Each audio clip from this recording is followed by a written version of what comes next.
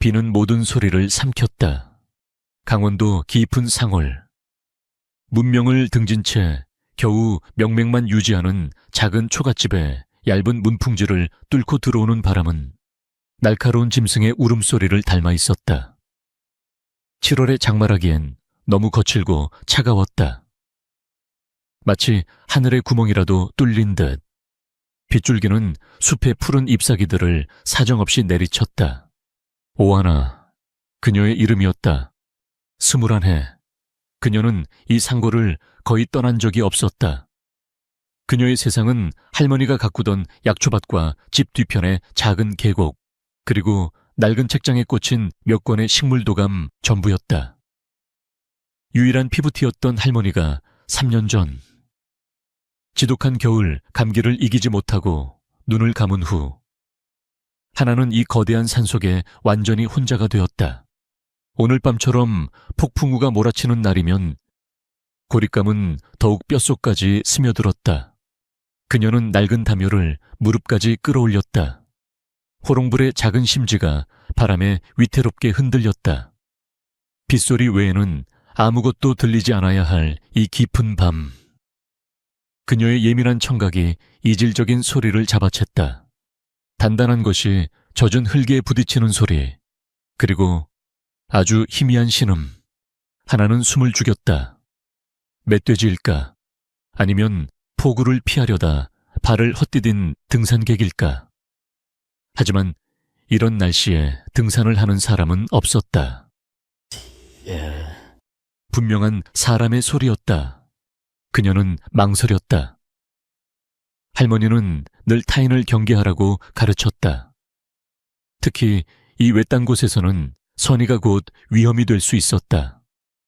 하지만 발소리는 더 이상 들리지 않았고 빗소리에 섞인 신음은 곧 꺼질 듯 미약했다. 하나는 결국 자리에서 일어났다. 낡은 우비를 걸치고 문을 열자 축축하고 비릿한 흙냄새가 훅 끼쳐왔다. 그녀는 호롱불을 높이 들었다. 그리고 그것을 보았다. 그녀의 약초밭. 할머니가 아끼던 도라지 군락이 시작되는 곳에 한 남자가 쓰러져 있었다. 검은 형체는 빗물에 흠뻑 젖어 미동조차 하지 않았다. 그녀는 조심스럽게 다가갔다. 남자는 얼굴을 땅에 파묻고 있었다. 값비싸 보이는 검은색 정장은 진흙과 나무짚으로 엉망이 되어 몸에 축 눌러붙어 있었다. 저기요, 괜찮으세요? 대답은 없었다. 그녀는 용기를 내어 남자의 어깨를 잡아 돌렸다. 차가운 빗물 속에서도 남자의 얼굴은 불덩이처럼 뜨거웠다. 여튼 호롱불 빛에 드러난 그의 이목구비는 이 상월과는 전혀 어울리지 않았다. 날카로운 콧날, 굳게 닫힌 입술. 하지만 그 창백한 낯빛 위로 부자연스러운 붉은기가 감돌고 있었다. 그의 팔목에는 값비싼 시계가 채워져 있었지만 한쪽 손은 무언가를 막으려 한 듯 기이하게 꺾여 있었고 셔츠의 옆구리 부분은 짙은 색으로 물들어 있었다. 빛 때문인지 아니면 다른 것 때문인지 분간이 가지 않았다. 정신 좀 차려보세요. 그녀가 뺨을 가볍게 두드리자 남자가 옅은 신음을 뱉었다. 그의 눈꺼풀이 미세하게 떨리더니 초점 없는 눈이 열렸다. 칠흑 같은 눈동자가 그녀를 담았지만 그는 그녀를 보는 것이 아니었다. 그는 보이지 않는 무언가에 대한 공포와 고통 속에 갇혀 있었다. 물 좀. 남자는 본능적으로 중얼거렸다. 하지만 그의 몸은 다시 축 늘어졌다. 하나는 결단을 내려야 했다. 이대로 두면 남자는 하룻밤을 넘기지 못할 터였다. 이 산의 밤은 여름이라도 비를 맞으면 치명적이었다. 그녀는 자신의 마른 체구로는 버거운 남자의 팔을 어깨에 두르고 거의 끌다시피 하여 집 안으로 옮겼다. 남자를 방바닥에 눕히자마자 젖은 옷에서 풍기는 술 냄새와 함께 희미하고 역한 화학약품 냄새가 코를 찔렀다. Dog. 하나는 할머니의 약초 서적에서 읽었던 내용을 떠올렸다. 단순한 고열이 아니었다. 그의 맥박은 불규칙하고 강하게 뛰었지만 피부는 이상할 정도로 차가웠다. 전형적인 저천증과 무언가에 중독된 증상이 뒤섞여 있었다. 그녀는 밖으로 나가 빗속에서 해독작용이 있는 몇 가지 약초를 뜯어왔다. 할머니가 가르쳐준 대로 절구에 찧어 즙을 냈지만 남자는 의식이 없어 약을 삼키지 못했다. 시간이 흘렀다. 남자의 상태는 급격히 나빠졌다. 그는 고열에 시달리며 헛소리를 하기 시작했다. 안 돼. 거기 서명하면 누구 믿지 마. 그는 무언가에 쫓기는 듯 격렬하게 몸부림쳤다. 그러다가 갑자기 몸이 얼음장처럼 차가워지기 시작했다. 강한 경련이 그의 몸을 훑고 지나갔다. 하나는 공포에 질렸다. 저천증이었다. 젖은 옷이 그의 천을 급격히 빼앗고 있었다. 안 돼요. 정신 차려요. 그녀는 남자의 젖은 옷을 벗기려 애썼다. 정장 재킷과 셔츠는 이미 찢어져 있었고 옆구리에는 깊진 않지만 날카로운 것에 베인 상처가 있었다. 그녀는 덜덜 떨리는 손으로 마른 천을 가져와 상처를 닦아내고 할머니가 만들어둔 지혈 연고를 발랐다. 하지만 문제는 열이었다. 그의 몸은 이제 거의 냉기에 가까웠다. 이불을 몇 겹이나 덮어주었지만 소용이 없었다. 그의 떨림이 점점 약해지고 있었다. 그것은 좋은 징조가 아니었다. 죽음이 가까워지고 있다는 신호였다. 하나는 할머니가 겨울에 동상 걸린 새끼 염소를 살려냈던 방법을 떠올렸다. 살아있는 것의 온기만이 이 냉기를 몰아낼 수 있었다. 그녀는 망설였다. 태어나서 단 한 번도 남자의 손을 잡아본 적 없는 그녀였다. 하지만 눈앞의 생명은 꺼져가고 있었다. 하나는 호롱불의 심지를 더 낮췄다. 방 안이 거의 어둠에 잠겼다. 그녀는 자신의 겉옷을 벗었다. 그리고 차가운 남자의 이불 속으로 들어갔다. 남자의 몸은 얼음 조각 같았다. 그녀는 그를 끌어안았다. 자신의 온기를 나누어 주기 위해 차가운 피부에 제 살을 맞대었다. 제발 죽지 마요. 그녀가 속삭였다. 얼마나 지났을까? 남자의 몸에서 미약하게나마 열기가 느껴지기 시작했다. 하지만 그는 여전히 악몽 속에 있었다. 남자는 갑자기 눈을 떴다. 그의 눈은 여전히 초점이 없었지만 그는 더 이상 추위에 떨지 않았다. 독과 고열이 다시 그를 지배하기 시작했다. 그는 자신을 안고 있는 온기의 실체를 확인하려는 듯 거친 손으로 그녀의 어깨를 움켜쥐었다. 하나. 그가 헛소리로 누군가의 이름을 불렀다. 아니, 어쩌면 그녀의 이름을 부른 것일지도 몰랐다. 정신 차려요, 나예요. 하나는 그를 밀어내려 했지만 남자의 힘은 병자라고는 믿을 수 없을 만큼 강했다. 그는 고통과 열에 취해 현실과 환상을 구분하지 못했다. 가지마, 당신마저. 남자는 그녀를 끌어당겼다. 그것은 욕망이 아니었다. 그것은 죽음의 문턱에서 붙잡은 유일한 생명줄에 대한 본능적인 집착이었다. 하나는 비명을 지르려 했지만 목소리가 나오지 않았다. 밖에서는 여전히 폭풍우가 울부짖고 있었다. 그녀의 작은 초가집 안에서 벌어지는 이 조용하고도 격렬한 사투를 아는 이는 아무도 없었다. 그녀는 그저 눈을 감았다. 이것은 구원이 아니었다. 이것은 생존을 위한 대가였다. 그녀는 그를 살리기 위해 자신의 가장 순수한 것을 내주었다. 그것이 독을 해독하는 신비한 힘이 있어서가 아니었다. 그저 그 남자가 살기 위해 무의식적으로 빼앗아간 것이었다. 새벽이 올 무렵 폭풍우는 거짓말처럼 멎었다. 하나는 텅 비어버린 몸을 일으켰다. 온몸이 부서질 듯 아팠다. 그녀의 옆에서 남자는 깊고 고른 숨을 내쉬고 있었다. 그의 얼굴에서 열기는 사라졌고 창백하지만 평온한 낯빛이 돌아와 있었다. 그는 살아났다. 하나는 멍하니 그를 바라보았다. 낯선 남자의 얼굴. 어둠 속에서 보이지 않던 작은 상처들이 이제야 보였다. 그녀는 옷을 추스르고 방 밖으로 나왔다. 비가 그친 숲은 상쾌한 풀 내음 대신 지난밤의 상처로 가득했다. 부러진 나뭇가지, 진흙탕이 된 약초밭, 그리고 그녀 자신도 부서져 있었다. 그녀는 차가운 계곡물에 몸을 담갔다. 물이 너무 차가워 뼈가 시렸다. 그녀는 지난밤의 흔적을, 그 낯선 남자의 흔적을 씻어내려 했다. 하지만 아무리 씻어내도 자신의 일부가 영원히 사라졌다는 감각은 지워지지 않았다. 그녀는 순결을 잃었다. 생명을 구한 대가였다. 하지만 그 대가는 너무나도 무거웠고 고요했으며 사무치게 아팠다. 하나는 빳뻣한 몸을 일으켰을 때 방 안의 공기가 전날과는 확연히 달라졌음을 깨달았다. 폭풍 우의 광기는 사라지고 눅눅하지만 고요한 아침 햇살이 창호지를 투과하고 있었다. 그리고 텅 비어 있었다. 남자가 누워있던 자리는 깨끗하게 정돈되어 있었다. 그녀가 덮어주었던 이불은 반듯하게 개켜져 방 한쪽에 놓여 있었다. 그가 존재했다는 유일한 흔적은 마루에 희미하게 남은 젖은 자국과 방 안에 베어든 낯선 남자의 채취뿐이었다. 그는 사라졌다. 하나는 한동안 그 빈자리를 멍하니 바라보았다.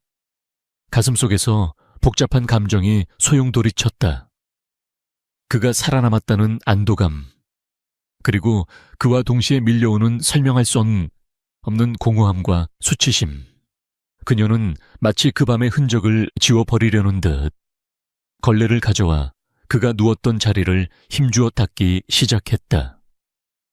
마룻바닥에 나뭇결이 닳아 없어질 것처럼 닦고 또 닦았다.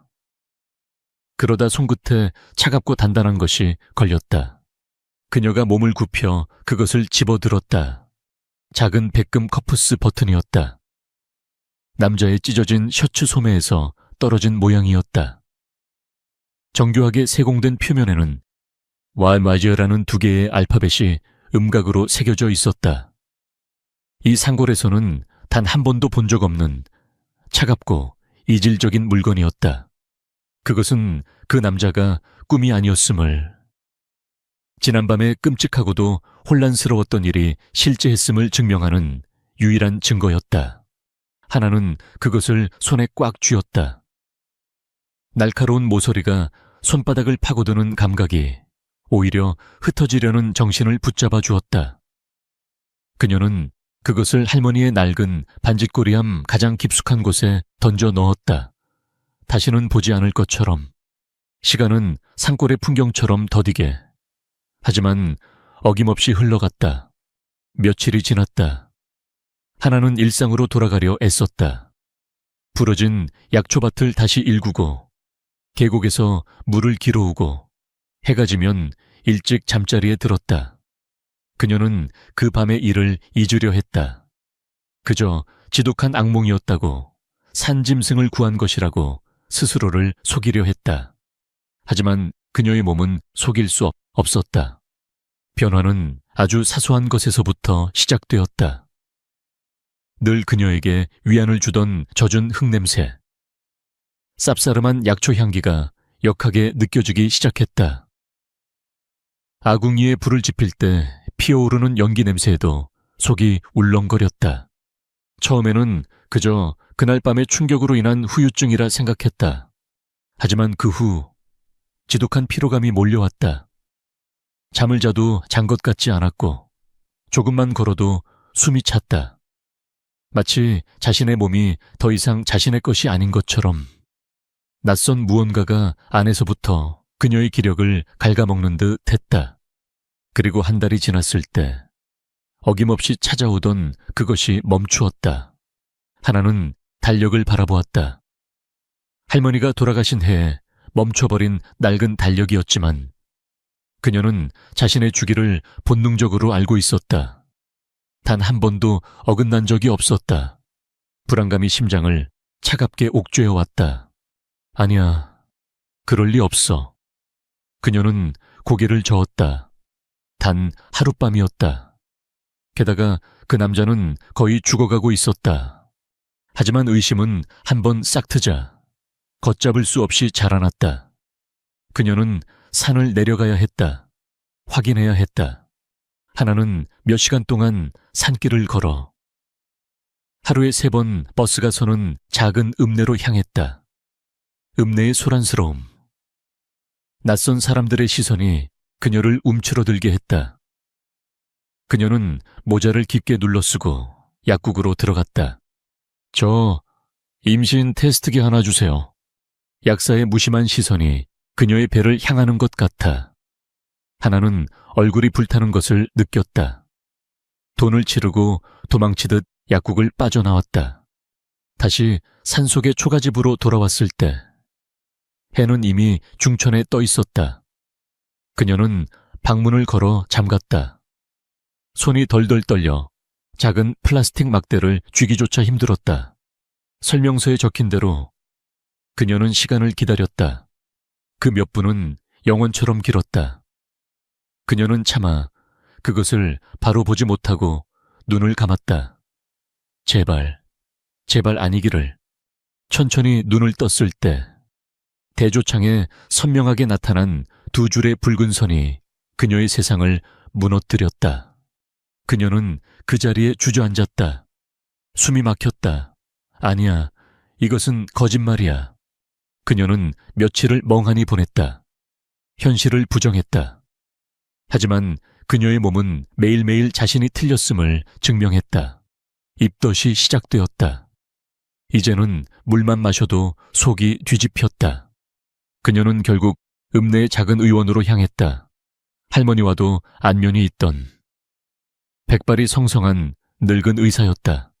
의사는 그녀의 초췌한 얼굴을 물끄러미 바라보다가 낡은 진료 침대에 눕도록 했다.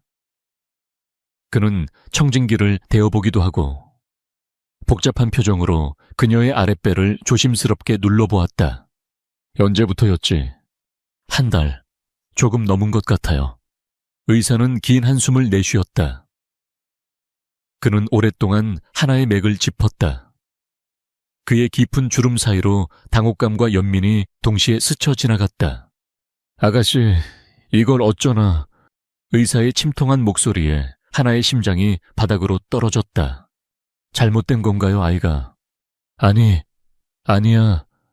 아이는 아주 건강해. 너무 건강해서 문제지. 의사는 안경을 고쳤으며 중얼거렸다. 이상하군. 맥이 하나가 아니야. 네. 하나는 의사의 말을 이해하지 못했다. 의사는 그녀의 눈을 똑바로 바라보았다. 그 눈에는 상골 처녀의 불행을 안타까워하는 연민이 가득했다. 아가씨, 정신 똑바로 차리고 들어. 맥이 아주 강하게 2개가 잡혀. 하나가 아니라고. 그는 잠시 말을 멈췄다가 무거운 목소리로 선고를 내렸다. 쌍둥이야. 자그마치 쌍둥이라고. 쌍둥이. 그 단어는 하나의 작은 초가집 안에서 무게를 가진 실체처럼 떠다녔다. 늙은 의사의 연민, 어린 목소리가 산속의 정적을 뚫고 그녀의 귓가에 메아리 쳤다.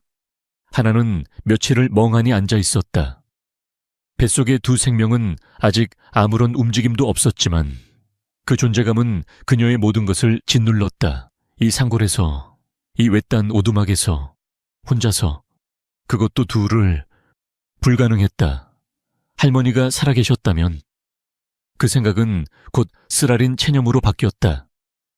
할머니는 안 계셨다. 이제 그녀 곁에는 아무도 없었다. 추문은 그녀가 고립되어 있었기에 오히려 더 빠르고 잔인하게 다가왔다. 읍내에 나갈 때마다 약국의 약사, 식당의 주인, 버스 정류장의 노인들이 그녀를 흐깃거리는 시선이 느껴졌다. 그들은 대놓고 말하지 않았지만 그들의 눈빛은 산골에 혼자 사는 처녀가 배가 불러온다는 사실을 이미 알고 있었다. 그것은 막장 드라마에서처럼 누군가 그녀에게 돌을 던지는 식의 노골적인 핍박이 아니었다. 그보다 훨씬 더 차갑고 조용한 숨 막히는 배척이었다. 그녀는 이웃이었던 읍내 사람들 사이에서 투명 인간이 되거나 혹은 구경거리가 되었다. 그녀를 내쫓은 것은 마을 사람들이 아니었다. 그것은 다가오는 겨울이었고 혼자서는 두 아이를 받아낼 수 없다는 절망감이었으며 무엇보다 아이들에게 뿌리 없는 삶을 물려줄 수 없다는 원초적인 두려움이었다. 그녀의 아이들, 그 아이들은 죄가 없었다. 어느 날 밤, 그녀는 할머니의 반지꼬리함을 열었다. 그 깊숙한 곳에서 차가운 백금 커프스 버튼이 손에 잡혔다. 가이제. 이것이 유일한 단서였다. 그 남자가 누구인지, 어디에 사는지, 심지어 이름조차 몰랐다. 하지만 이 차가운 금속 조각은 그가 이 산골과는 다른 세상의 사람임을 말해주고 있었다. 서울. 그녀가 아는 유일한 거대 도시의 이름이었다. 할머니가 돌아가시기 전 딱 한 번 약재를 팔러 따라가 보았던 곳, 소음과 빛, 그리고 무수한 사람들로 가득했던 혼란스러운 장소. 그녀는 두려웠다. 발가벗겨진 채 맹수들의 우리에 던져지는 기분이었다. 하지만 그녀에게는 선택지가 없었다. 하나는 통장에 남아있던 약간의 돈, 할머니가 물려주신 낡은 비녀, 그리고 갈아입을 옷 몇 벌을 작은 보따리에 쌌다. 그리고 그 YJ 커프스 버튼을 주머니 깊숙이 넣었다. 떠나는 날 아침, 그녀는 자신의 초가집을 뒤돌아보았다. 21해의 삶이 고스란히 배어있는 곳, 할머니의 온기가 남은 유일한 장소. 그녀는 문에 기대어 한참을 소리 없이 울었다. 이것은 도피가 아니라 또 다른 형태의 죽음이었다. 할머니, 저 가요. 산길을 내려오는 내내 입덧이 그녀를 괴롭혔다. 읍내버스 터미널에서 서울행 버스에 올랐을 때 그녀는 이미 녹초가 되어 있었다. 버스가 산골의 굽이진 길을 벗어나 고속도로에 진입했다. 창밖으로 익숙했던 푸른 산들이 회색 건물들로 바뀌어갔다. 버스 안에 탁한 공기, 사람들의 웅성거림, 모든 것이 그녀의 신경을 날카롭게 찔렀다. 그녀는 주머니 속의 커프스 버튼을 만지작거리며 자신과 뱃속의 아이들을 지키려는 듯 몸을 웅크렸다. 몇 시간을 달렸을까? 서울 고속버스 터미널입니다. 라는 안내방송과 함께 버스가 멈췄다. 문이 열리고 그녀는 서울의 심장부로 첫 발을 내디뎠다. 그것은 충격이었다. 소리, 냄새, 속도. 산골의 시간과는 완전히 다른 차원의 흐름이었다. 그녀를 스쳐 지나가는 무수한 사람들은 모두 바쁘고 목적지가 분명해 보였다. 오직 그녀만이 이 거대한 흐름 속에서 길 잃은 낙엽처럼 표류하고 있었다. 그녀는 임신한 몸을 이끌고 며칠을 헤맸다. 싼 여인숙에 몸을 숨기고 주머니 속의 돈이 빠르게 사라지는 것을 보며 공포에 질렸다. 그녀는 그 YJ라는 표식이 무엇인지 알아내야 했다. 그녀는 용기를 내 지하철역의 젊은 청년에게 물었다. 저기 실례지만 혹시 YJ라는 마크를 아시나요? 청년은 그녀의 꾀죄죄한 행색과 촌스러운 사투리를 잠시 훑어보더니 그녀의 손에 들린 커프스 버튼을 보고 피식 웃었다. 아주머니, 유진그룹도 몰라요. 유진그룹. 우리나라에서 제일 큰 대기업 중 하나잖아요. 유진그룹. 그 이름은 너무나 거대하고 비현실적이었다. 그녀는 청년에게 다시 물어 그 유진그룹의 본사가 어디 있는지 알아냈다. 여의도. 지하철을 타고 여의도역에 내렸을 때 하나는 숨이 멎는 듯 했다. 하늘을 찌를 듯이 솟아오른 유리와 강철의 성.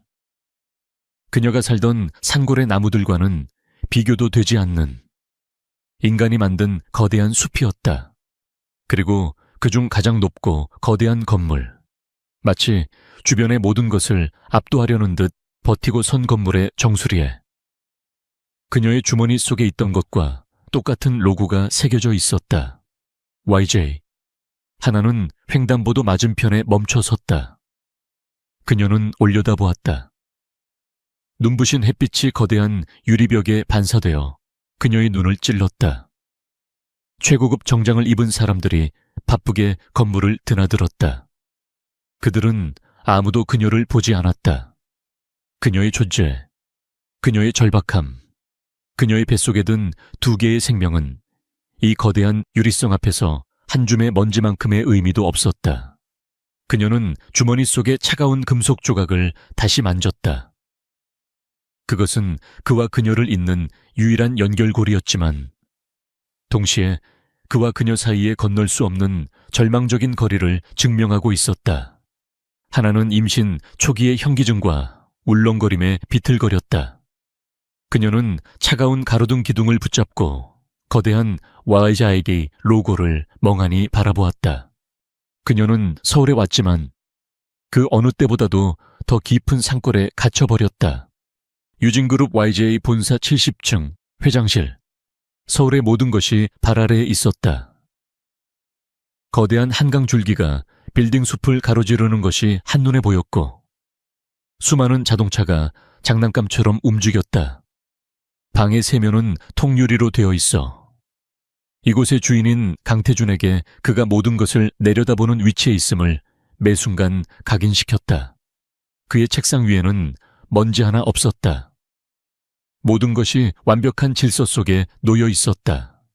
강태준, 32살의 이 남자는 1년 전 아버지가 갑작스러운 심근경색으로 사망한 후 유진그룹의 회장 자리에 올랐다.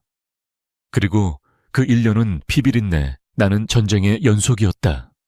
지금 그의 앞에는 법무팀장과 김비서가 고개를 숙인 채 서 있었다. 그래서 숙부님 강만중 부회장의 알리바이는 완벽하다 이 말인가? 태준의 목소리는 낮고 차가웠다. 방 안의 공기처럼 어떤 온도도 느껴지지 않았다. 네 회장님. 그날 밤 강 부회장님은 제주도에 계셨던 것이 확인되었습니다. 공식적인 행사였습니다. 법무팀장의 이마에 식은땀이 맺혔다. 태준은 턱을 괜 채 창밖을 바라보았다. 그의 시선은 저 멀리 서울의 경계를 넘어 강원도의 푸른 산맥이 시작되는 곳 어딘가를 향하는 듯했다. 한 달 반 전의 일. 그날은 이사회의 승리를 자축하는 비공식 파티가 있던 날이었다. 그의 숙부 강만중이 건넨 와인. 그리고 그 와인을 마신 뒤부터 끊겼던 기억. 그가 기억하는 것은 지독한 현기증과 함께 차를 몰고 파티장을 빠져나왔다는 것. 그리고 브레이크가 듣지 않았다는 것. 차는 가드레일을 들이받고 산비탈로 굴러 떨어졌다. 그는 부서진 차에서 기어나와 자신을 쫓는 발소리를 피해 빗속의 숲으로 무작정 달렸다. 옆구리는 찢어진 금속에 베어 피가 흐르고 있었다. 그리고 거기까지였다. 그의 다음 기억은 굴러떨어진 차에서 수십 킬로미터나 떨어진 낯선 국도변에서 어느 트럭 운전사에게 발견되었을 때였다. 중간에 24시간이 통째로 사라졌다. 의사들은 그가 마신 와인에서 강력한 환각제와 기억 상실을 유발하는 약물 GHB 계열이 검출되었다고 했다. 저천증과 과다출혈로 죽을 고비를 넘겼다고도 했다. 사라진 24시간, 그 안에 모든 답이 있을 텐데 태준이 혼잣말처럼 중얼거렸다. 그는 그 공백의 시간을 떠올리려 애쓸 때마다 지독한 두통과 함께 기이한 환각에 시달렸다. 아주 어두운 방, 세차게 몰아치는 빗소리, 그리고 흙냄새, 역한 술냄새나 피비린내가 아닌 아주 눅눅하고 상쾌한 흙냄새와 쌉싸름한 풀냄새, 그리고 따뜻했다. 얼음장 같던 몸을 녹여주던 설명할 수 없는 부드러운 온기의 꿈이었겠지. 그는 그 감각을 트라우마가 만들어낸 환상이라 치부했다. 회장님, 김 비서가 조심스럽게 입을 열었다. 그는 태준의 아버지 때부터 일해온 유일하게 믿는 측근이었다. 강원도 현장 조사에서 추가로 발견된 것은 없습니다. 차는 완전히 파손되었고 빗물에 모든 흔적이 씻겨나갔습니다. 수고했어. 태준은 다시 서류로 눈을 돌렸다. 그의 감정 없는 태도에 법무팀장은 안도의 한숨을 내쉬며 물러났다. 방 안에 김 비서와 단둘이 남자 태준이 물었다. 로비견은 김 비서의 얼굴이 잠시 난처해졌다. 그게 회장님, 좀 특이한 경우라 보고를 드려야 할 것 같습니다. 태준은 서류에서 눈을 떼지 않은 채 말했다. 돈이면 돈, 법이면 법, 알아서 처리해. 유진그룹 로비는 자선단체가 아니야. 보통의 경우라면 그랬을 겁니다. 하지만 김 비서가 망설이며 말을 이었다. 사흘 전부터 한 여자가 로비에서 회장님을 만나게 해달라고 버티고 있습니다. 행색이 많이 남루하고 임신까지 한 상태입니다. 태준의 미간이 아주 미세하게 좁혀졌다. 그래서 요즘엔 그런 식으로 동정심을 유발해서 한몫 챙기려는 사람들이 많아졌나 보군. 경호팀은 뭘 하는 거지? 문제는 그 여자가 터무니없는 주장을 하고 있다는 겁니다. 무세운 주장. 뱃속의 아이가 회장님의 아이라고 주장하고 있습니다. 그제야 태준의 손이 멈췄다. 그는 천천히 고개를 들었다. 그의 눈은 방금 전까지 따뜻한 온기라고는 찾아볼 수 없던 차가운 유리창의 표면처럼 변해 있었다. 김 비서, 자네가 나랑 일한 게 몇 년이지? 년입니다. 그런 시시한 거짓말에 내가 흔들릴 거라 생각했나? 당장 끌어내. 접근 금지 신청까지 해버려. 회장님, 저도 그럴 생각이었습니다. 그 여자가 이것을 보여주기 전까지는요. 김 비서가 태블릿 PC를 태준의 책상 위에 올려놓았다. 화면에는 확대된 사진 하나가 떠 있었다. 백금으로 만들어진 커프스 버튼. 표면에는 정교하게 YIJ 로고가 새겨져 있었다. 태준의 눈동자가 그 사진 위에 고정되었다. 그것은 돌아가신 어머니가 그에게 유품으로 남긴 세상에 단 하나뿐인 커프스 버튼이었다. 그가 사고가 나던 그날 밤 파티장에서 분명히 착용하고 있던 것이었다. 그는 한쪽을 잃어버렸다고 생각했다. 태준의 머릿속에서 모든 것이 충돌했다. 사라진 24시간. 흙냄새와 풀냄새, 그를 녹여주던 정체불명의 온기, 그리고 저 커프스 버튼. 그의 입술에서 얼음장 같은 단어가 새어나왔다. 꼭뱀이군. 그 여자는 우연히 그 커프스 버튼을 주었거나 혹은 숙부가 심어놓은 함정일 터였다. 임신. 그것은 이 모든 사기극을 완성하기 위한 가장 저급하고도 효과적인 장치였다. 태준은 인터폰 버튼을 눌렀다. 경호팀장에게 연결되었다. 로비에 있는 여자, 당장 내 사무실로 올려보내.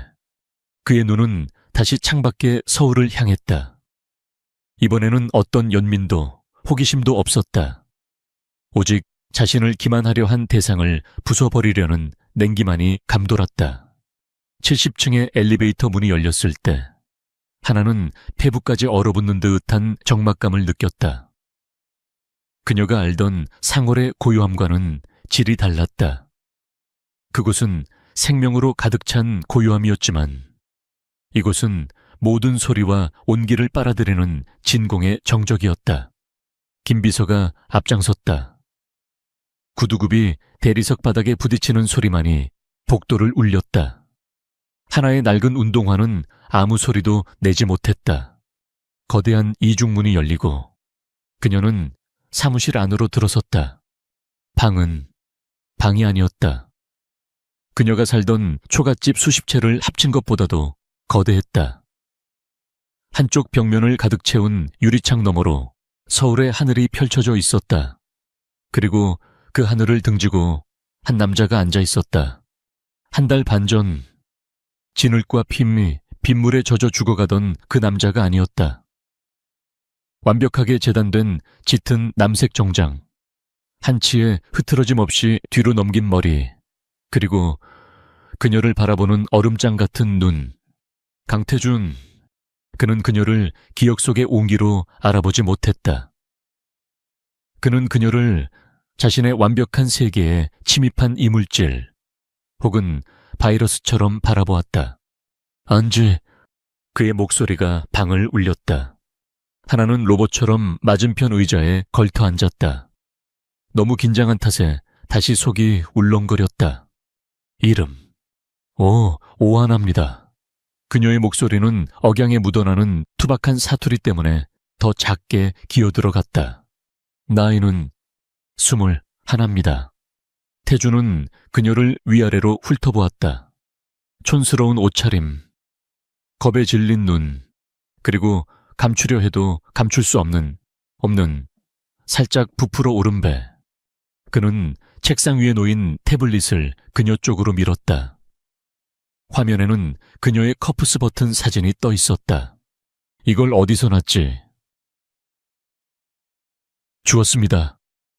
그날 밤에 회장님이 떠나신 후에 방에서요. 그날 밤이라. 태준이 입꼬리를 비틀었다. 내가 뭘 했는지 기억이라도 나나. 하나의 얼굴이 새하얗게 질렸다.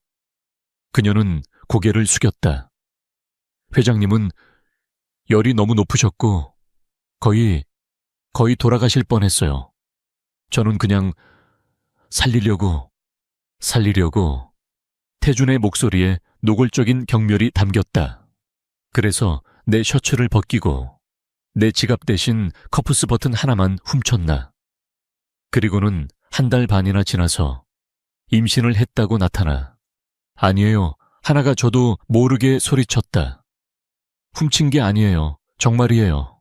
저는 그냥 그날 밤 내가 당신을 안기라도 했다는 건가. 태준이 차갑게 말을 잘랐다. 약에 취하고 차가 전복되고 피를 흘리던 남자가 처음 보는 여자를 안을 힘이 있었다고. 그의 논리정연한 추궁의 하나는 말문이 막혔다. 그날 밤의 일은 그녀에게도 혼란 그 자체였다. 이성적인 설명이 불가능했다. 그것은 이성이 마비된 생존을 위한 두 육체의 본능적인 충돌에 가까웠다. 모르겠어요. 하지만 사실이에요. 태주는 더 이상 들을 가치도 없다는 듯 김 비서를 바라보았다. 김 비서가 서류 봉투 하나를 꺼내 그녀 앞에 책상 위에 올려놓았다. 합의서입니다. 하나는 떨리는 눈으로 서류 제목을 읽었다. 민형사상 이의를 제기하지 않는다는 조건부 합의서. 오하나 씨, 김 비서가 사무적인 목소리로 말했다. 유진그룹은 불필요한 마찰을 원치 않습니다. 오하나 씨가 겪었을지도 모를 정신적 충격과 그날 밤의 불미스러운 일에 대한 보상입니다. 태준이 말을 이었다. 그의 목소리는 이제 경멸을 넘어선 차가운 무관심이었다. 격에 적힌 금액을 받아. 그리고 당장 네가 살던 상골로 돌아가. 다시는 내 눈앞에 나타나지 마. 그는 잠시 말을 멈췄다가 가장 잔인한 말을 덧붙였다. 아, 그리고 그 뱃속의 것. 그것도 깨끗하게 지워. 그 한마디가 하나의 이성을 끊어버렸다. 지금까지 그녀를 짓누르던 공포, 수치심, 두려움이 한순간에 차가운 분노로 변했다. 그것은 그녀 자신을 위한 분노가 아니었다. 그녀의 뱃속에서 존재를 증명하려 애쓰는 두 개의 작은 생명을 위한 것이었다. 그녀는 천천히 고개를 들었다. 처음으로 그녀는 강태준의 눈을 똑바로 바라보았다. 그녀의 눈은 더 이상 겁에 질려 있지 않았다. 산속에서 자라난 질기고 강인한 들풀 같은 눈빛이었다. 그녀는 합의서를 집어들었다. 하지만 찢지 않았다. 그럴 힘도, 그럴 연극을 할 생각도 없었다. 그녀는 그저 그것을 다시 태준의 책상 위로 밀어놓았다. 저는 돈 받으러 온 거 아닙니다. 예상치 못한 반응이었다. 태준의 눈썹이 미세하게 움직였다. 그럼 뭘 원하지? 회장님은 그날 밤을 기억 못하십니다. 저는 기억합니다. 그녀의 목소리는 여전히 떨렸지만 그 안에 강철 같은 심지가 박혀 있었다. 저는 이 아이들을 팔지 않습니다. 저는 돈이 필요 없습니다. 그녀는 자리에서 일어났다.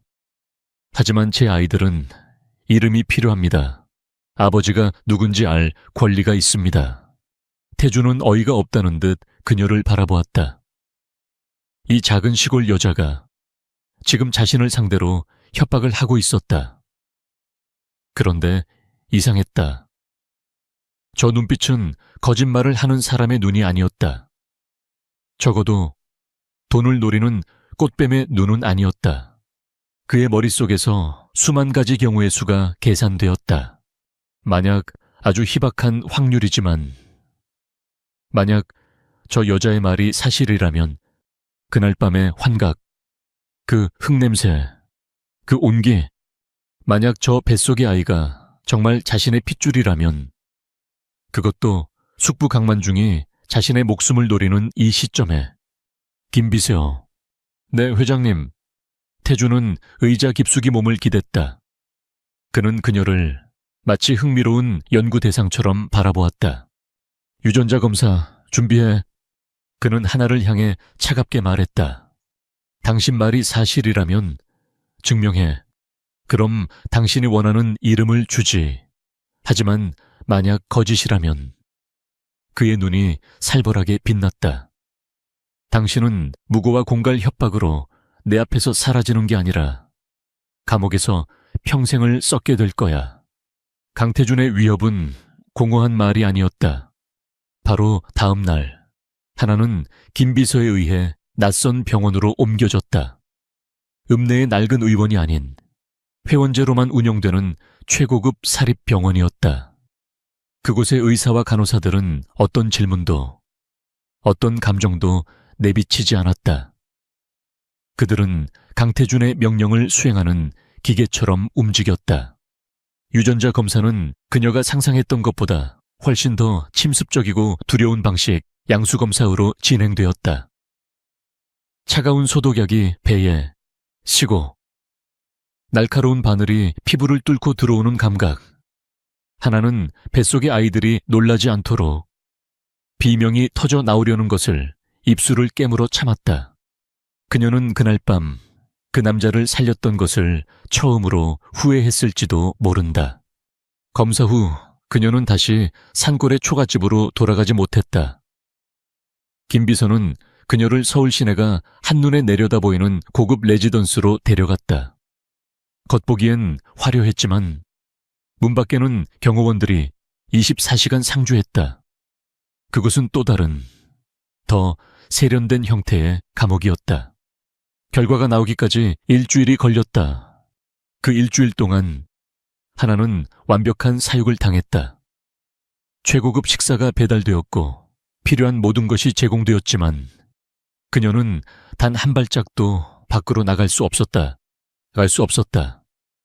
그녀는 창밖에 서울을 내려다보며 자신이 저 거대한 도시의 인질이 되었음을 깨달았다. 같은 시각 유진그룹 70층의 강태준 역시 지옥 같은 일주일을 보냈다. 그는 평소처럼 일했지만 집중할 수 없었다. 오하나의 그 마지막 눈빛, 돈을 거절하고 아이의 이름을 요구하던, 겁에 질렸지만 꺾이지 않던 그 눈빛이 계속해서 그의 뇌리를 맴돌았다. 그는 자신이 꽃뱀이라고 확신했던 여자가 정말 만약에 그 만약이라는 가정은 그의 통제된 세계 전체를 뒤흔드는 것이었다. 일주일 뒤 김비서가 굳은 표정으로 회장실에 들어섰다. 그는 말없이 암호화된 봉투를 태준의 책상 위에 올려놓았다. 태준은 봉투를 뜯었다. 안에는 단 한 장의 검사 결과지가 들어있었다. 그는 복잡한 유전자 배열이나 수치들은 건너뛰고 마지막 결론으로 바로 시선을 옮겼다. 친자 관계 확률 99.998%. 태준은 그 자리에 얼어붙었다. 그의 손이 미세하게 떨리고 있었다. 그가 혐오하고 경멸했던 그 환각, 흙냄새와 약초 냄새, 그리고 그를 살렸던 그 절박한 온기, 그 모든 것이 실제했다. 그 시골 여자, 오하나는 거짓말을 한 것이 아니었다. 그녀는 그날 밤 자신을 살렸고 그 결과로 그의 아이들을 가졌다. 그것도 둘이나. 그의 머릿속에서 모든 것이 재편되기 시작했다. 이것은 더 이상 사기극이나 함정이 아니었다. 이것은 현실이었다. 그리고 이 현실은 강만중 숙부와의 경영권 다툼에서 그가 사용할 수 있는 가장 강력한 무기가 될 수도 있었다. 그는 후계자가 필요했다. 병약했던 아버지와 달리 자신은 건강했지만 언제 또다시 숙부의 암살 시도에 노출될지 몰랐다. 그에게 정통성 있는 후계자의 존재는 절대적이었다. 그는 레지던스로 향했다. 하나는 창밖을 바라보고 있다가 문이 열리는 소리에 놀라 돌아섰다. 강태준이었다. 그의 표정은 여전히 차가웠지만 지난번의 노골적인 경멸은 사라져 있었다. 그 자리에는 그녀를 파악하려는 듯한 날카로운 분석의 시선이 자리 잡고 있었다. 당신 말이 맞았더군. 태준이 입을 열었다. 사과는 없었다. 오직 사실의 확인만이 있었다. 하나는 그저 그를 바라볼 뿐 아무 말도 하지 못했다. 아이들은 내 아이들이 맞았어. 그는 소파에 앉으며 또 다른 서류 봉투를 테이블 위에 올려놓았다. 지난번에 합의서보다 훨씬 더 두꺼운 서류 뭉치였다. 이게 뭔가요? 결혼 계약서요. 내 하나는 자신의 귀를 의심했다. 태준은 비즈니스 협상을 하듯 조목조목 설명하기 시작했다. 나는 내 아이들이 사생가라는 꼬리표를 달고 살게 할 생각이 없어. 그들은 유진그룹의 적법한 상속자가 될 거야. 결혼이라뇨. 저는 그런 걸 원한 게 당신이 뭘 원했는지는 중요하지 않아. 이건 당신의 아이들을 위한 거야. 태준은 그녀의 말을 잘랐다. 당신은 아이들에게 이름을 주고 싶다고 했지. 나는 그 이상의 것을 주겠어. 유진이라는 성과, 그에 따르는 모든 것을. 그는 계약서를 그녀 쪽으로 밀었다.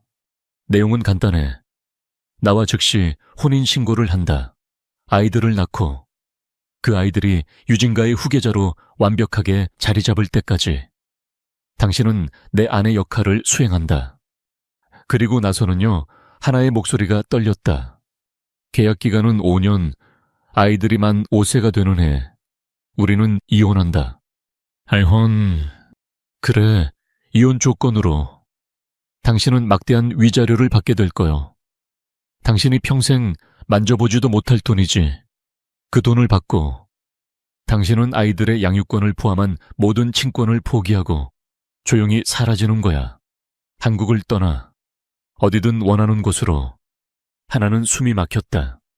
이것은 구원이 아니었다. 이것은 더 거대하고 잔인한 거래였다. 그녀는 아이들에게 이름을 주려다 아이들 자신을 송두리째 빼앗기게 될 판이었다. 싫어요. 그녀가 속삭였다. 어떻게 제 아이들을 버려요. 배율이라고 한 적 없어.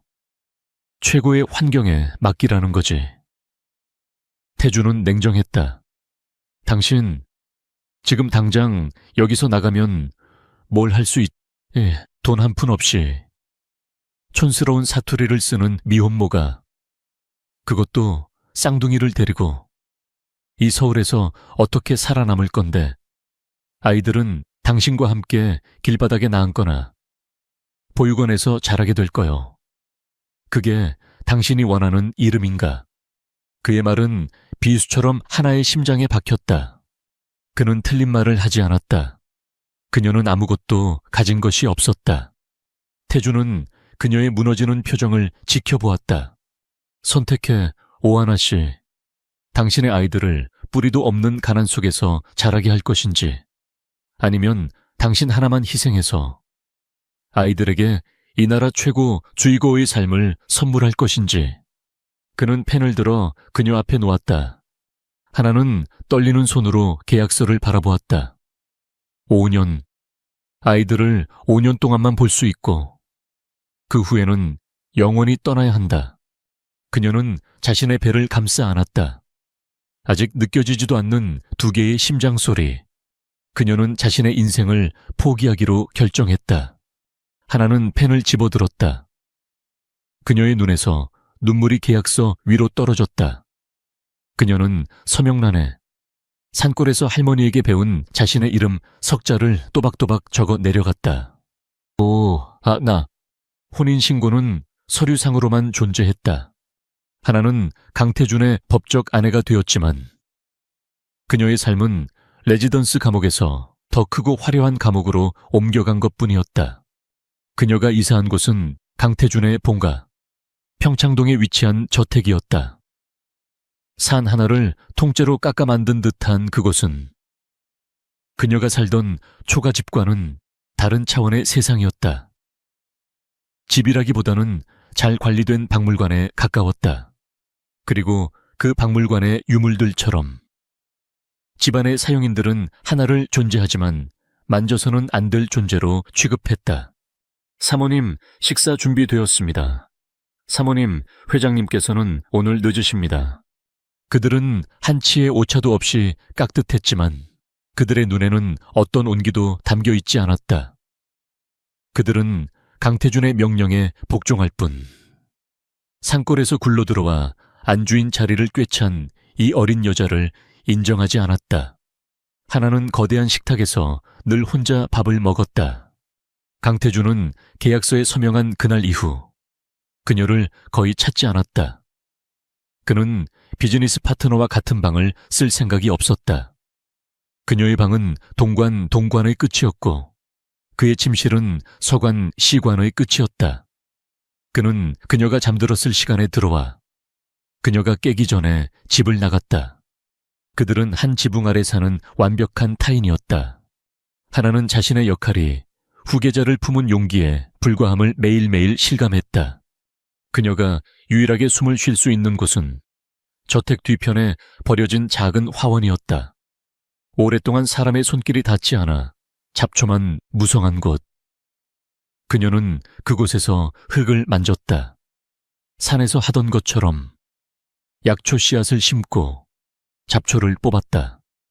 흙냄새만이 그녀가 아직 오하나임을 상기시켜 주었다. 강태준은 이 모든 것을 보고받고 있었다. 사모님께서는 종일 동쪽 화원에서 시간을 보내십니다. 김비서의 보고에 태준은 의아했다. 그 화원은 그의 친어머니가 돌아가신 후 아무도 돌보지 않던 곳이었다. 그리고 주방장에게 따로 부탁하여 약초를 다려 드십니다. 입덧 때문인 것 같습니다. 약초, 그 단어가 다시 한번 태준의 무의식을 건드렸다. 그날 밤의 냄새. 그날 밤 태준은 평소보다 일찍 저택에 들어섰다. 그는 서재로 향하다가 주방 쪽에서 새어나오는 희미한 냄새에 발길을 멈췄다. 쌉싸름하면서도 마음을 안정시키는 냄새. 그가 홀린 듯 주방으로 들어갔을 때 하나가 작은 냄비 앞에서 약초를 적고 있었다. 그녀는 인기척에 놀라 어깨를 흠칫 떨었다. 회장님. 예, 무슨 냄새지? 그게 입덧이 심해서 산에서 먹던 속을 가라앉히는 차입니다. 그것이었다. 그가 죽음의 문턱에서 환각 속에서 맡았던 바로 그 냄새. 그를 지옥 같은 고열과 추위 속에서 붙잡아 주었던 그 온기의 냄새. 태주는 자신도 모르게 냄비를 향해 한 걸음 다가섰다. 그는 혼란스러웠다. 이성적으로는 저 여자가 그저 계약 상대일 뿐이라고 말했지만 그의 본능은 그날 밤의 생명의 은인임을 알아보라 소리치고 있었다. 그 정적을 깬 것은 현관에서 들려오는 날카로운 구두 소리였다. 태준아, 이게 다 무슨 소리니? 태준의 새어머니이자 유진그룹의 이사인 윤 이사였다. 그리고 그녀의 뒤에는 이 결혼으로 약혼이 파기된 한채경 유명 로펌의 딸, 이 분노로 일그러진 얼굴을 한 채 서 있었다. 그들은 태준을 보러 온 것이 아니었다. 그 소문에 시골뜨기를 심사하러 온 것이었다. 그들은 주방에서 마주친 하나와 태준을 보고 경멸 어린 시선을 숨기지 않았다. 어머, 회장님, 이런 누추한 곳 주방에도 다 오시고, 이 아이가 바로 그 복덩이인가 보구나. 윤희사는 하나를 위아래로 훑었다. 산골에서 뭘 먹고 자랐길래 우리 태준이를 단번에 홀렸을까? 그 기술 좀 나도 배워보자. 한채경은 한술 더 떴다. 태준 씨, 아무리 후계자가 급했어도 그렇지 이런 근본도 없는 애를. 유진가의 핏물이 더러워지는 거 안 보여. 말 조심하시죠, 이모님. 그리고 한채경 씨. 태준이 차갑게 막아섰다. 오하나 씨는 내 법적 아내고 저 뱃속의 아이는 내 아이요. 아나의 아이. 윤희사가 광기 어린 웃음을 터뜨렸다. 저게 아내로 보여. 저건 그냥 씨바디야. 아이를 낳는 도구라고. 네가 저런 걸 안고 유진가를 이끌 수 있을 것 같아. 나가시죠. 태준아, 당장 나가시라고 했습니다. 태준의 서늘한 기세에 두 여자는 물러설 수밖에 없었다. 하지만 그들이 쏟아낸 독설은 이미 방 안에 퍼져 있었다. 하나의 얼굴은 핏기 하나 없이 새하얘져 있었다. 그녀는 그들의 말이 단 하나도 틀리지 않음을 알았다. 씨바디, 도구. 그녀는 괜찮다고 아이들을 위해서라고 수없이 되뇌었지만 그녀의 몸은 그 스트레스를 감당하지 못했다. 두 여자가 현관을 나서는 순간 하나가 비명을 삼키며 아랫배를 움켜쥐었다. 아, 그녀의 다리 사이로 옅은 붉은기가 비쳤다. 유산기였다. 그녀가 바닥으로 쓰러지기 직전 태준이 몸을 날려 그녀를 받아 안았다. 그녀의 몸은 깃털처럼 가벼웠다. 그리고 그날 밤처럼 미약하게 떨고 있었다. 김비서 차 대기시켜 당장. 태준은 저택이 떠나가라 소리쳤다. 그는 망설임 없이 하나를 번쩍 안아들고 현관으로 뛰쳐나갔다. 그는 자신의 값비싼 셔츠가 그녀의 피로 물드는 것을 아랑곳하지 않았다. 채 오르는 내내 그는 혼란에 빠졌다. 이것은 단순한 자산 보호가 아니었다. 뱃속의 후계자가 위험하다는 이성적인 판단을 넘어 이 여자가, 오하나가 사라질지도 모른다는 원초적인 두려움이 그의 심장을 덮쳤다. 오하나. 그는 병원으로 향하는 차 안에서 의식을 잃어가는 그녀의 뺨을 가볍게 두드렸다. 정신 차려. 내가 허락할 때까지 죽을 생각 마. 내 아이들도, 당신도. 그의 목소리는 분노로 가득 차 있었지만 그녀를 붙잡은 그의 손은 그 자신도 깨닫지 못하는 사이 절박하게 떨리고 있었다. 최고급 병원 VVIP실의 공기는 무겁고 건조했다. 의사는 절대 안정을 선고했다. 극심한 스트레스로 인한 유산기입니다. 다행히 아이들은 무사하지만 지금은 산모가 작은 충격이라도 받으면 둘 다 위험해집니다. 강태준은 그 말을 사형 선고처럼 들었다. 하나는 하얀 침대 시트 위에서 잠들어 있었다. 핏기 없는 얼굴은 그녀가 살던 산골의 하얀 도라지꽃을 닮아 있었다. 태준은 처음으로 계약서나 후계자가 아닌 오하나라는 한 인간의 연약함을 보았다. 그는 자신의 저택, 자신의 가족이 그녀를 이렇게 만들었다는 사실에 참을 수 없는 분노를 느꼈다. 그것은 자산을 훼손한 것에 대한 분노와 그날 밤에 은인에 대한 미안함이 뒤엉킨 복잡하고 혼란스러운 감정이었다. 그는 병실 밖으로 나와 김 비서에게 전화를 걸었다. 그의 목소리는 얼음보다 차가웠다. 한채경 그리고 윤 이사 새어머니 두 사람에 대해 샅샅이 뒤져 자금 흐름, 과거 행적, 통화 내역, 먼지 한 톨까지 다. 그의 분노는 이제 단순한 경영권 방어를 넘어섰다. 조사는 그가 생각했던 것보다 훨씬 더 끔찍한 진실을 드러냈다. 며칠 후, 김 비서가 가져온 보고서는 태준의 마지막 남은 이성을 끊어놓기에 충분했다. 한채경 씨가 강만중 부회장과 내통하고 있었습니다. 김 비서의 보고에 따르면 한채경은 태준과의 약혼이 지지부진하자 강만중 부회장과 손을 잡았다. 그녀가 그날 파티에서 태준의 와인에 약을 탔다. 그저 그를 무력화시켜 이사회에서 불신임을 받게 할 계획이었다고 했다. 하지만 강 부회장은 한 발 더 나갔습니다. 김 비서가 말을 이었다. 그는 약에 취한 회장님의 차 브레이크를 미리 고장내두었습니다. 사고사를 위장한 명백한 살인 시도였습니다. 한채경은 살인 방조범이었다. 태준은 주먹을 쥐었다. 피가 날 만큼 세게. 그리고 회장님이 물으셨던 오하나 씨에 대한 뒷조사도 끝났습니다. 말해, 오하나 씨는 조모 밑에서 자랐더군요.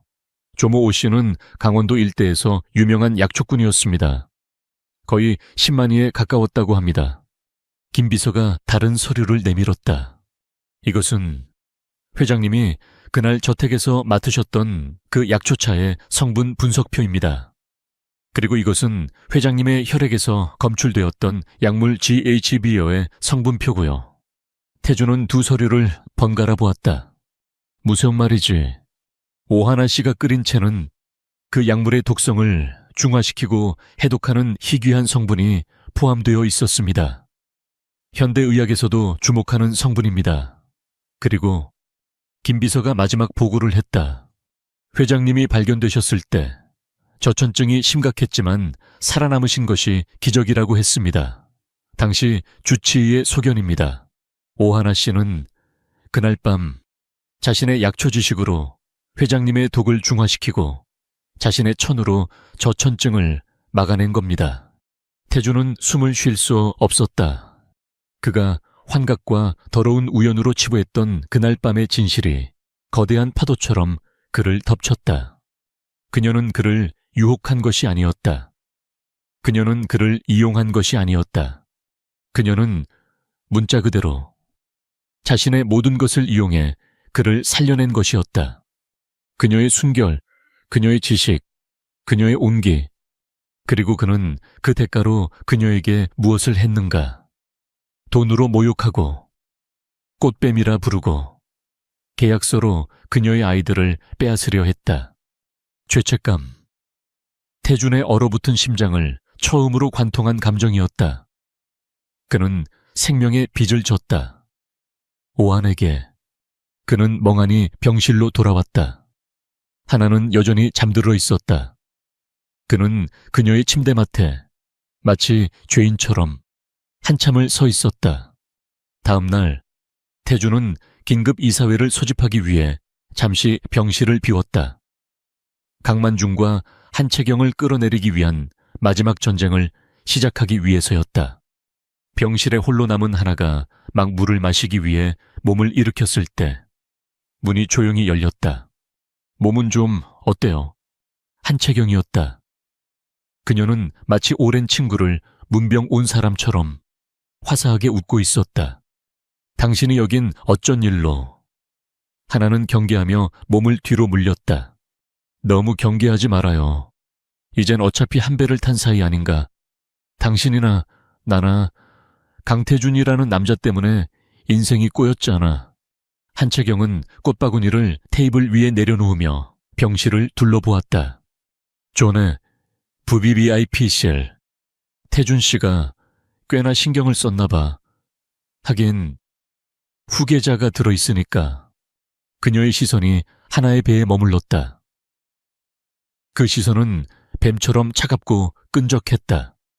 그런데 오하나 씨, 한채경이 하나에게로 한 걸음 다가왔다. 시골에서만 살아서 잘 모르나 본데 서울은 참 위험한 곳이야. 무세운 말이 하고 싶은 거죠. 병원이라는 곳도 그래. 그녀가 웃으며 하나의 링거줄을 손가락으로 툭 건드렸다. 기계라는 게 완벽하지 않거든. 가끔 오작동을 하기도 하고 약이 잘못 투여될 수도 있고. 하나의 심장이 차갑게 내려앉았다. 임산부한테는 스트레스가 제일 안 좋은 지온 거 알죠? 특히 당신처럼 한번 위험했던 사람은 아주 작은 스트레스에도 아이를 씌울 수 있대. 한채경은 하나의 귓가에 속삭였다. 그러니까 아주 조심해야 해. 걷다가 미끄러질 수도 있고. 그녀의 눈이 창밖을 향했다. 실수로 옥상에서 발을 헛디딜 수도 있으니까. 그것은 명백한 살해 협박이었다. 당신 쉬어요. 한채경은 다시 환하게 웃었다. 쌍둥이라니 정말 힘들겠다. 그 두 개의 심장이 무사히 세상 시유까지 뛰어야 할 텐데 말이야. 그녀는 손을 흔들며 병실을 나갔다. 하나는 얼어붙은 채 자신의 배를 감싸 안았다. 병실은 완벽하게 안전했지만 그녀는 자신이 거대한 독사의 아가리 속에 갇혀 있음을 깨달았다. 시간은 병원이라는 무균실 안에서 더디게 흘러 계절을 한 바퀴 돌렸다. 하나의 배는 산골의 어느 언덕만큼이나 완만하고 단단하게 부풀어 올랐다. 한채경의 협박 이후 강태준은 병실의 보안을 거의 군사작전 수준으로 끌어올렸다.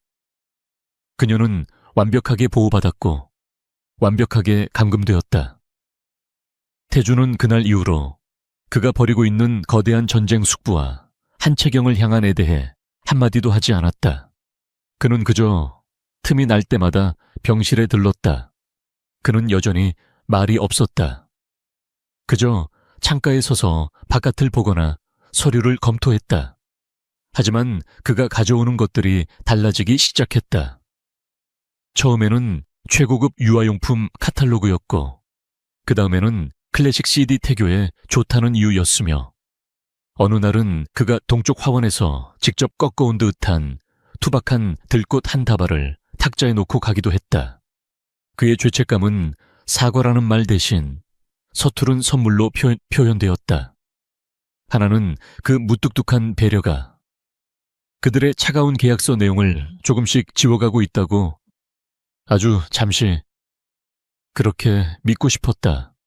그리고 예정일보다 조금 이른 겨울의 첫눈이 내리던 날 진통이 시작되었다. 고통은 상상을 초월했다. 그것은 그날 밤 그를 살리기 위해 치렀던 대가보다 더 원초적이고 격렬한 살이 찢기고 뼈가 부서지는 듯한 고통이었다. 안 돼, 산모님 호흡하세요. 그녀가 의식을 잃기 직전 복도를 울리는 다급한 발소리가 들렸다. 강태준이었다. 그는 막 이사회를 끝내고 달려온 듯 넥타이가 비뚤어져 있었다. 그는 분만실 입구에서 간호사에게 저지당했다. 그는 유리창 너머로 고통에 울부짖는 하나를 보았다. 그가 알던 산골의 들풀처럼 조용하고 강인하던 그 여자가 아니었다. 오하나, 그가 저도 모르게 유리창을 두드리며 소리쳤다. 그의 목소리가 들렸는지 하나가 잠시 눈을 떴다. 그리고 몇 시간의 사투 끝에 마침내 은게 세상을 찢을 듯한 두 개의 울음소리가 동시에 터져 나왔다. 축하합니다, 아드님, 따님. 모두 건강한 이란성 쌍둥이입니다. 태준은 그 자리에 주저앉을 뻔했다. 모든 긴장이 한꺼번에 풀렸다. 그는 유리창 너머로 피와 땀으로 젖어 탈진한 하나와 간호사의 손에 들린 2개의 작은 생명체를 멍하니 바라보았다. 그의 아이들, 그의 핏줄, 그가 지켜낸 후계자. 몇 시간 뒤 회복실로 옮겨진 하나는 지쳐 잠들어 있었다. 태주는 신생아실에서 막 나온 나란히 누워있는 2 아이를 내려다보았다. 아들은 자신을, 딸은 하나를 놀랍도록 빼닮아 있었다. 그가 그 작은 손을 조심스럽게 만져보았을 때 딱딱하게 얼어있던 그의 심장 어딘가가 아주 조금 녹아내리는 것을 느꼈다. 그는 하나의 병실로 들어갔다. 그녀는 막 잠에서 깬 듯 헬쑥한 얼굴로 그를 바라보았다. 어색한 침묵이 흘렀다. 예, 비 왔어요. 하나가 잠긴 목소리로 물었다. 아, 그래. 예쁘죠? 작덕은 태주는 투박하게 대답했다. 그는 의자에 앉지도 그렇다고 나가지도 못하고 어정쩡하게 서 있었다. 그는 한참을 망설이다가 마침내 입을 열었다. 그가 할 수 있는 최선의 가장 따뜻한 말이었다. 수고했어, 오하나 씨. 그 한마디에 하나의 눈에서 눈물이 흘러내렸다. 지난 1년간의 모든 고통, 모욕, 두려움이 그 한마디에 씻겨나가는 듯했다. 그녀는 그가 변했다고 믿었다. 이제 아이들과 함께, 비록 계약일지라도 5년간은 행복할 수 있을지도 모른다고. 그때였다. 태준의 핸드폰이 격렬하게 울렸다. 김비서였다. 회장님, 강만중 부회장이 마지막 발악을 하고 있습니다. 지금 즉시 주주총회장으로. 알았어, 금방 가. 태주는 하나를 바라보았다. 급한 일이 생겼어. 금방 정리하고 다시 오지. 그는 망설이다가 잠든 그녀의 이마에 아주 가볍게 깃털처럼 손을 올렸다가 뗐다. 그리고는 폭풍처럼 병실을 빠져나갔다. 하나는 그의 마지막 행동에 희미하게 미소 지으며 다시 잠에 빠져들었다. 그녀가 다시 눈을 떴을 때는 태준이 아닌 그의 새어머니 윤이사가 차가운 눈으로 그녀를 내려다보고 있었다. 잠은 잘 잤나? 씨바디. 당신이 여길 왜? 태준이는 지금 바빠. 네가 낳은 무기 덕분에 강만중을 완벽하게 밀어냈거든.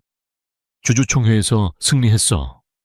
윤이사는 가방에서 서류 한 뭉치를 꺼내 하나의 침대 위로 던졌다. 이게 뭐죠? 내 토해직금이야.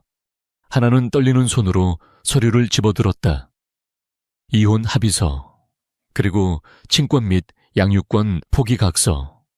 개우짓말. 태준 씨가 그럴 리가 없어요. 역시 방금 전까지 수고했다는 말 윤이사가 비웃었다. 그건 네가 후계자를 무사히 생산해낸 것에 대한 인사치레지. 넌 이제 볼일 끝났어. 윤이사는 작은 녹음기를 눌렀다. 그 여자는 깨끗하게 처리해. 돈은 원하는 대로 줘버리고 다신 내 눈앞에 안 보이게 해.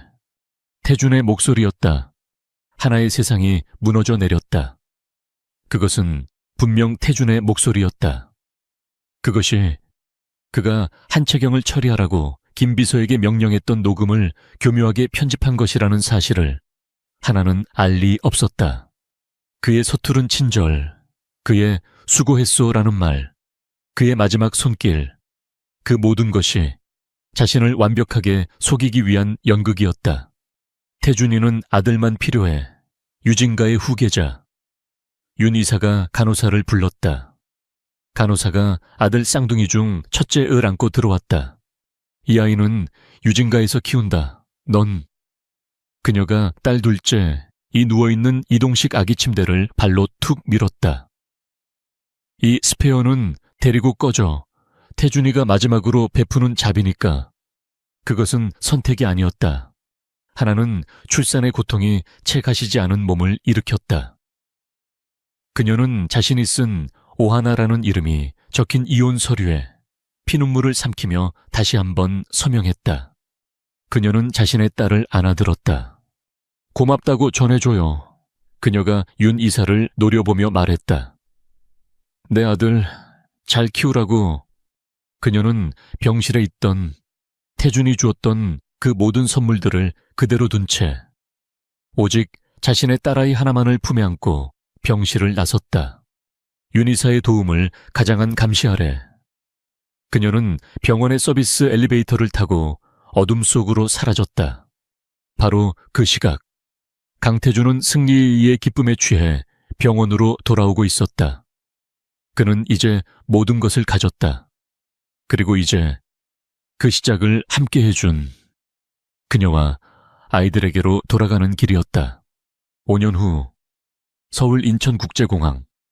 한 여자가 5살 배기 여자아이의 손을 잡고 입국장을 빠져나왔다. 그녀는 세련된 트렌치코트에 얼굴의 반을 가리는 선글라스를 끼고 있었지만 그녀를 알아보는 몇몇 사람들이 수군거리기 시작했다. 오하나. 아니, 지금 그녀는 하나오라는 이름으로 더 유명했다. 그녀는 5년 전 윤 이사가 건넨 퇴직금을 들고 파리로 떠났다. 그녀는 죽지 않았다. 딸을 위해, 그리고 언젠가 다시 만날 아들을 위해. 그녀는 살아야 했다. 그녀는 산골에서 약초를 공부했던 그 끈질김으로 디자인과 아동 심리를 공부했다.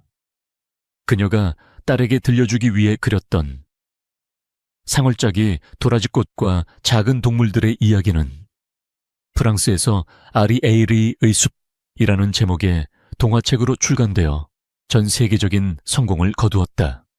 그녀는 더 이상 돈에 쫓기던 사투리를 쓰던 겁에 질린 시골 처녀가 아니었다.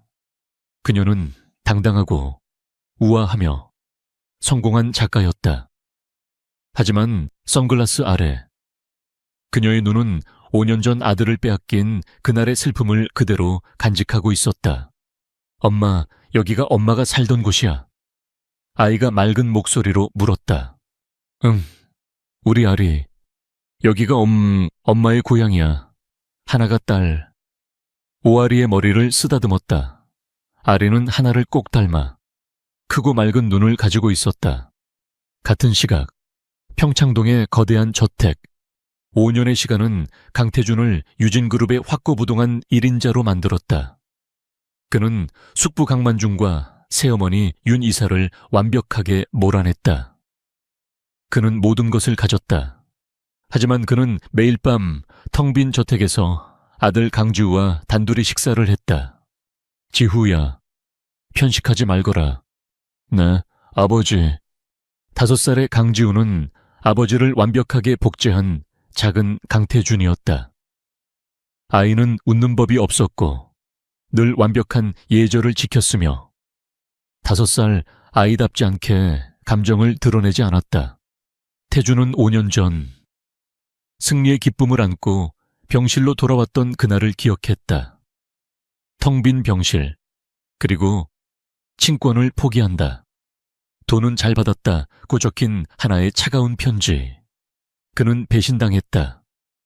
그는 그녀가 수고했다는 자신의 진심 어린 말을 듣고도 결국 돈을 선택하고 자신의 딸 쌍둥이 중 하나를 훔쳐 달아났다고 믿었다. 그의 마음은 5년 전보다 더 단단하게 얼어붙었다. 그의 유일한 약점은 그가 사무실에서 매일 마시는 정체불명의 약초차였다. 그날 밤 그녀가 끓여주었던 그의 목숨을 구했던 그 냄새. 그것만이 그가 가졌던 유일한 진심의 증거였다. 두 사람의 궤적이 다시 만난 것은 서울의 한 최고급 호텔에서 열린 VVIP들을 위한 사립초등학교 입학 설명회에서였다. 하나는 딸 아리에게 최고의 교육을 선물하고 싶었다. 태준은 아들 지우가 유진가의 후계자로서 당연한 수순을 밟기를 원했다. 설명회장의 소란스러움 속에서 강태준은 먼저 그녀를 발견했다. 그는 숨이 멎는 듯 했다. 오하나, 그녀가 어떻게 감히 5년 만에 자신의 딸을 훔쳐 달아났던 그 여자가 저렇게 당당하고 눈부신 모습으로 그의 피가 차갑게 끓어올랐다. 그는 그녀를 향해 발걸음을 옮기려 했다. 그때 그가 보았다. 그녀의 손을 잡고 있는 작은 여자아이, 자신을 닮지 않았다. 오하나, 그녀의 5살 시절을 그대로 복제한 듯한 그의 머릿속에서 모든 것이 맞춰졌다. 그가 잃어버렸던 딸, 그가 스페어라고 생각했던, 그래서 도난당하고도 애써 외면했던 그의 또 다른 아이. 하나는 강렬한 시선에 고개를 돌렸다. 그리고 그녀 역시 얼어붙었다. 강태준. 그녀의 모든 트라우마가 발끝에서부터 되살아나는 듯했다. 그녀는 공황 상태에 빠져 딸의 손을 잡고 도망치려 했다. 엄마, 그때 그녀의 곁이 아닌 저편에서 강태준의 곁에 서 있던